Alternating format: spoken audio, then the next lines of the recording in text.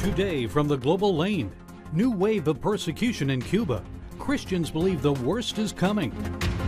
The DOJ wants the Flynn case dismissed. The judge says no and takes unprecedented actions. What now? More than 100,000 COVID-19 deaths in the USA. Are the numbers inflated? Of course they're inflated. All you have to do is compare Texas to New York. And Twitter takes on Trump. Some revealing facts about voter fraud. And it's all right here on the Global Lane. 2 years have now passed since Raul Castro stepped down from the presidency in Cuba. You'd think life would be getting a bit easier for Christians there, but not so. A new wave of persecution is occurring against new Christians and evangelists in the country's prisons. Well, here to fill us in is Patrick Klein. He's Executive Director of Vision Beyond Borders. Patrick, always good to see you, brother. So tell us, what's happening to those accepting and sharing Christianity in prison in Cuba? Thanks, Gary. Good to see you. Actually, they're being persecuted. We are hearing that the guards are actually tearing up Bibles, destroying the Bibles in the prison. But in spite of that, people are coming to faith. And we've heard that they've actually broken up the Christian community and sent them to other prisons throughout the island. Well, what are they telling you about the reason they're doing this all of a sudden? Why now? I think they're really concerned. We'd heard that a couple months ago that the Christians are starting to band together. The denominations are working together and saying, hey, we're the minority here. Let's work together. And the government is really scared that now the Christians will try to take over the country. They're really that frightened of Christians there. Yes, it's amazing. Even when we go in and we bring supplies in, they try to stop us, try to take the even Bibles away. But we did have on one of the recent trips, we had a lady that was stopped with Bibles, and the man came in there in plastic cellophane. The customs official actually opened up the Bible, and he stood there and he read the Bible for about 10 minutes, Gary. He just read the Word of God. He finally just set it down and he walked away. And our friend said, Lord, if you send him back, I'll give him a Bible. But then all of a sudden she was released to go. Patrick, what happens to those Bibles? Do they destroy them? Do they read them? What happens to them? Well, we're hearing right now in the prison that they're actually destroying those Bibles. But, it seems like sometimes people are reading them.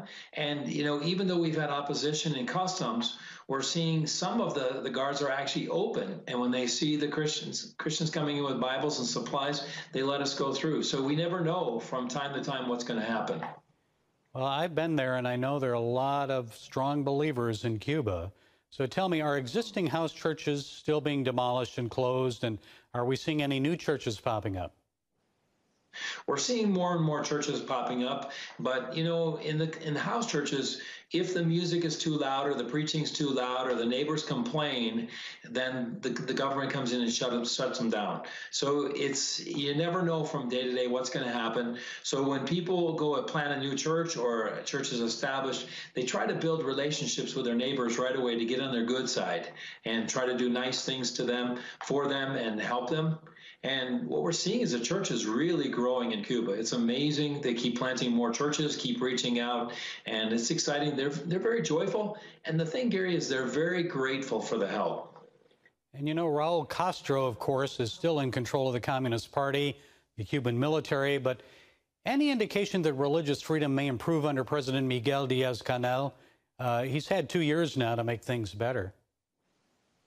We're not seeing any signs of it getting any better, but we just feel like they actually have told us we feel like we have a couple years of window before they're going to come out with a new constitution, which will really be against the church. So they believe that persecution is really going to get worse and worse down there. But in the meantime, they just keep preaching the gospel and doing all they can to reach their friends, their neighbors with the gospel. We're even hearing stories of, police watching some of the believers, passing by their houses. They really have a lot of opposition, but in spite of the opposition, they are growing. Pray for them. Right now is a very difficult time with the COVID because there is no public transportation. We're hearing about some people that went to get chicken the other day, and it was actually 10 hours that they had to wait to get chicken. And then when they got the chicken, it was very, very small. And so if there's food shortages down there, and so just keep praying for them and just, pray for them. And if you can, can't help support them.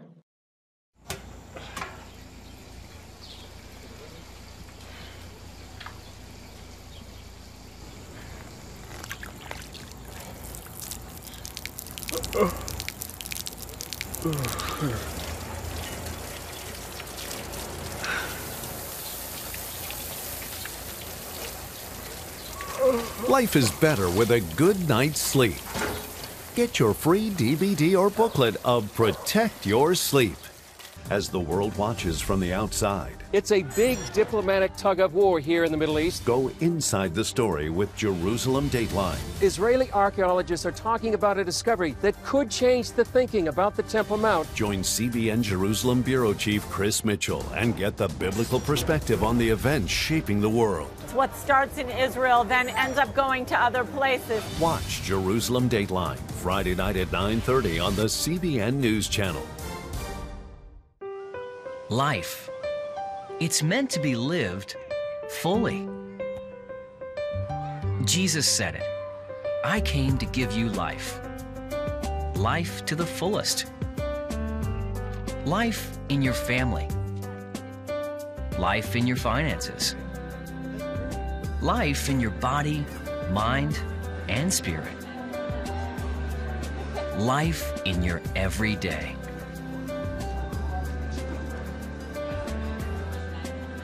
At CBN.com, we're taking what Jesus said seriously. We're here to help you discover life. Life. Live it fully. CBN.com.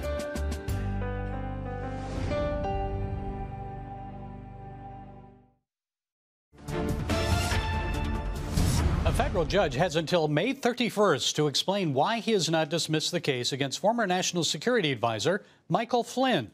The U.S. Court of Appeals for the D.C. Circuit asked Judge Emmett Sullivan to explain his actions appointing a retired federal judge to challenge the Department of Justice's decision to drop the Flynn case. Well, President Trump and others believe Lieutenant General Flynn's case is at the heart of FBI and deep state efforts to take down the Trump administration. Well, joining us with more is someone who has followed all of this closely, Jordan Sekulow. He's co-host of Jay Sekulow Live and executive director of the American Center for Law and Justice. So, Jordan, Judge Sullivan has hired an attorney to write his response. What do you think was behind this decision against dismissing the Flynn case as requested by the DOJ? This is still, Gary, I will tell you, I've talked to attorneys that work with us that were former U.S. attorneys asking just as, have they ever seen anything like this before? And throughout these last few weeks with General Flynn's case, and when you had the Department of Justice come in, the prosecutors come in, the judge is not a party in the case. Now he's really behaving as one, and come in and say, we were wrong. We went back, even if there was something with the testimony, it wasn't when he was presenting information to the FBI, it wasn't anything relevant to an actual legitimate investigation. And so we're going to drop this and put out all the information why, put out the decision why. The judge still has to make a decision on that. No one was taking that away from Judge Sullivan. The judge doesn't have to accept that. But to take this action, he started, I knew there were issues when, one, he started claiming inherent authority. Right there, that day, when he came out and said inherent authority, not actual, not written, not actually delegated, nowhere to be found, and he took it from the civil procedure, not the criminal procedure, that there were issues. But now that he's lawyered up, I think that there's probably something else going on here, more than just the writ of mandamus, it's an unusual action to be successful on. Well, it's very strange, isn't it, the whole thing, because now he's acting like a prosecutor. And here the prosecutor, the DOJ, says, no, we are not going to prosecute this case. And the judge says, oh, well, okay, you won't prosecute it, I will. So what is your prediction on how the Federal Appeals Court is likely to rule, Jordan, for or against Flynn, and why? I do believe that General Flynn will ultimately be vindicated. The Department of Justice has been clear about that, and Attorney General Barr, the prosecutors, people have spent time on it. They've said this was not right, what happened here from the very beginning. And the information that we've learned about the setup to Mike Flynn do? Are we trying to get him to lie? All of that information and from the FBI, going back to Jim Comey's days and Andrew McCabe's days at the FBI. So I do believe he ultimately gets vindicated. Judge Sullivan has taken some unprecedented action.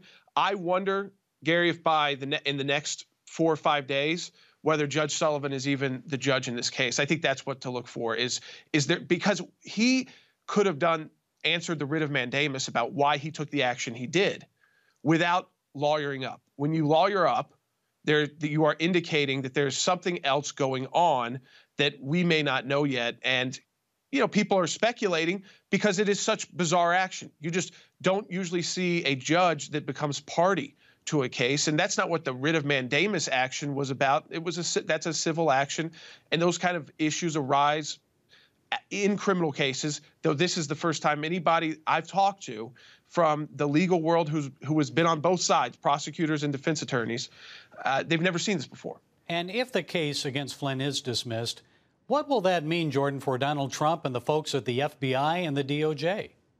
I do believe that if you were someone like President Trump, so you were not coming from the Washington establishment world, you got into D.C., and suddenly all of your top folks, top advisors come under attack. And some still are. Others have been vindicated.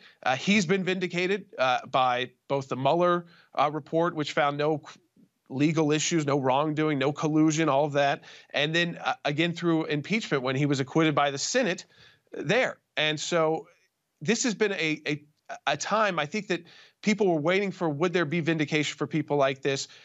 And we knew from the beginning that the problem areas in the government were not just intelligence and kind of bizarre areas like that. The problem areas also included DOJ attorneys that are not supposed to be partisan, that are part of the bureaucracy, that are supposed to enforce the laws. And again, this just we realize it took years, but all of us from the legal world know it takes a long time. So I think for President Trump, I mean, listen, this has been a tough time because of other issues, but again, you've got to have your top folks.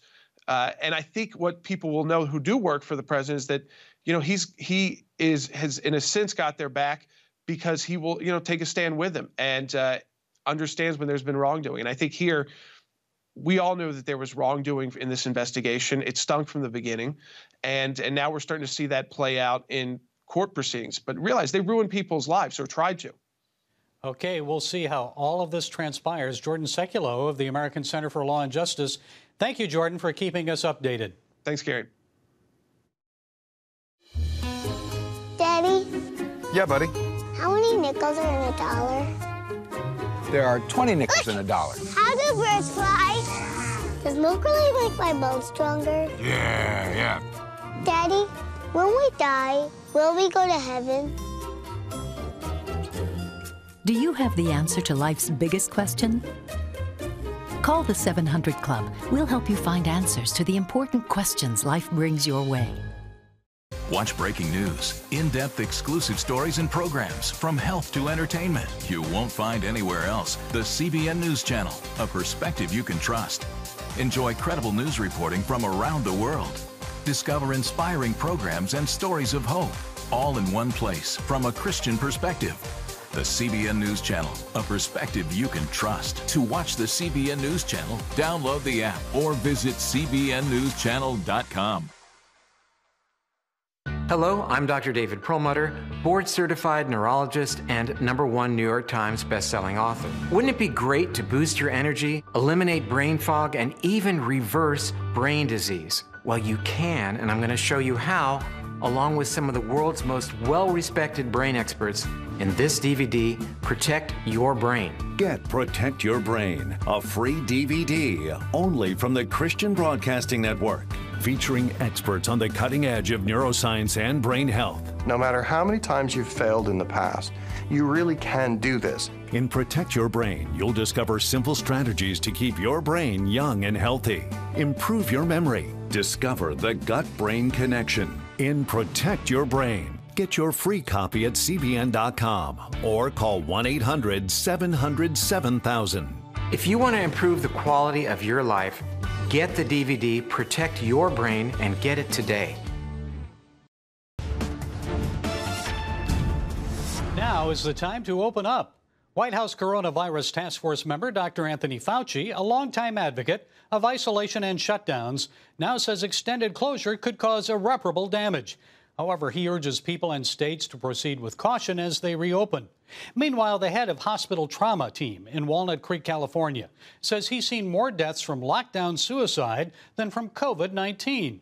Dr. Mike DeBois-Blanc of John Muir Medical Center says the team has seen a year's worth of suicide attempts in just the past 4 weeks. Well, joining us from Houston, Texas to set us straight is Dr. Stephen Hotze. Dr. Hotze is founder and CEO of the Hotze Health and Wellness Center and author of Hormone Health and Happiness. Dr. Hotze, thank you for joining us. Extended lockdowns causing irreparable damage to not only our nation's economy, but also to the health and lives of those shut in. Your thoughts on this? Have we overreacted? Has the cure been worse than the virus itself? Gary, you couldn't have said it any better. We have an old adage in medicine, and patients are the ones that often say this: I don't want the cure to be worse than the disease. And as a physician, that's so very important. And oftentimes, people are treated with medical therapies that are much worse than the problems they had. That's why I abide by an old adage when I practice medicine. And I tell our guests, we call our patients guests, a tincture of time will cure a lot of problems if you'll just take care of your underlying health and take charge of your own health. Gary, there's no question about it. The collateral damage caused by the lockdown of businesses, school closures, closing of churches, quarantines of healthy individuals, really house arrest, basically, of healthy individuals, has had a dramatic and adverse, serious effect upon our nation's overall health. You know, they say, well, if you don't want to lock down, you don't care about lives. Let's set the record straight. What I'm getting ready to tell you is going to be contrary to everything you've heard on the fake news media. Our government bureaucrats, health bureaucrats, and the fake news media and politicians have created irrational fears, mass hysteria, and panic around a simple viral infection. This virus is really very mild compared to the annual flu virus, which kills 50,000 people a year. In the United States alone, 650,000 people worldwide, and it infects 1 billion people worldwide, the flu does. And we've never locked down our schools, closed our businesses, caused people to quarantine themselves, close down churches. Never done this before. Well, let's look at those numbers, because I know the number of COVID-19 deaths now over about 100,000 or more. Do you think the numbers are inflated? If so, why? Well, of course they're inflated. All you have to do is compare Texas to New York. It's real simple. And in fact, I was just on a TV program that said, well, how can you prove they're inflated? Let me just give you a statistic. In Texas, we have 30 million people. We've had approximately 1,400 people die attributable to COVID. That doesn't mean they all had COVID. They may have died with COVID, but 1,400 people out of 30 million. That is 0.005%. That's 5 out of 100,000. 1 out of 20,000 Texans have died. New York State, which has 20 million people, has 28,000 deaths. That's 0.02%. That's a factor of 50 times greater than Texas, the death factor. Statistically, that's totally impossible. It didn't happen in any other state. As if you look at the Republican states, all the states that are Republican have about 1 in 20,000 people die of COVID, which is infinitesimal. It's trivial compared to all the other causes of death. I'd like to move on a little bit. A good point. You believe in healthy dieting and vitamin supplements to strengthen our immune system. So how concerned are you that we're creating a nation of germaphobes, actually harming the population's immune systems by preventing exposure to COVID-19? Great question. That's exactly what's happening.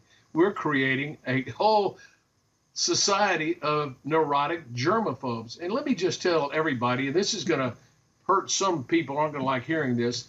From the day you were born, you've been exposed to trillions of viruses and bacteria every day.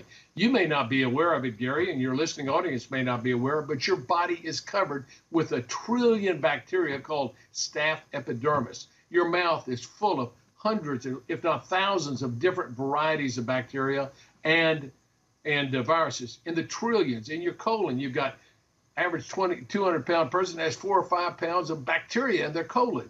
It covers every part of your body, everything you touch. I don't care if it's your bed, your pillows, whether it's your floor and your rugging, whether it's the little doggy that jumps on your bed and you pet and then it licks on your face. You're covered with germs all the time. Why is it that we don't die? Because God's given our body an immune system, and you've got to keep your immune system healthy. Healthy people are not immunocompromised, they're immunohealthy. That means their immune systems are robust. When they're invaded by various bacteria and viruses, that immune system whacks them, stops them. Even if they're exposed to it for the first time, that immune system in a healthy person will stop the problem. Otherwise, why don't we have literally everybody in society having the coronavirus? We don't. I've been exposed to it, I'm sure most everybody has in society, been around here probably since November.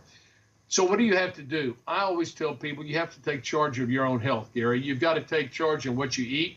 Most people, Americans, unfortunately, 70% are overweight, eat too much. 35% are obese. All that leads to diabetes, heart disease, high blood pressure, kidney disorders, liver disorders, all of which predispose you to being unhealthy. You are unhealthy, and predispose you to contracting various germs, various viruses and bacteria. Okay, Dr. Stephen Hotze, I'm sorry we're out of time.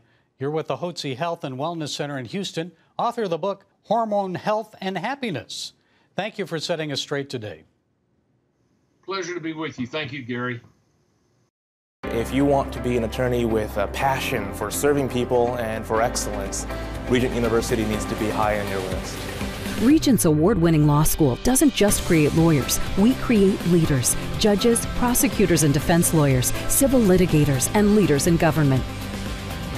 Ready to become a purpose-driven, practice-ready lawyer? To start your rewarding career, complete the online application, submit your transcripts, and take the law school admissions test by July.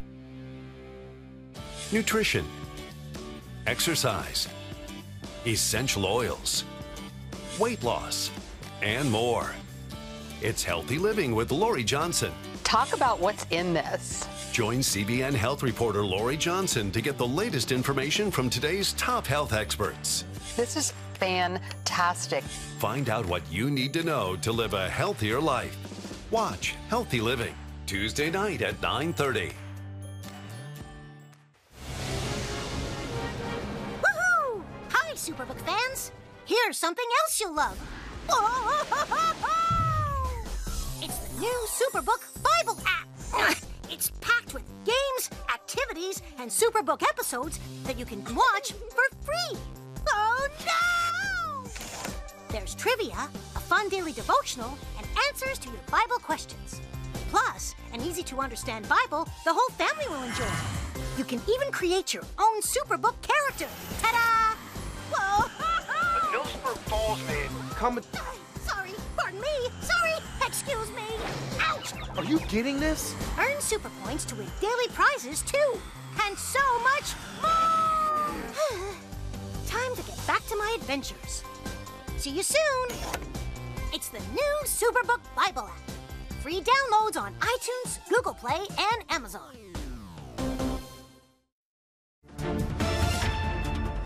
President Trump has made no secret of his dislike for mail-in balloting and the potential for voter fraud.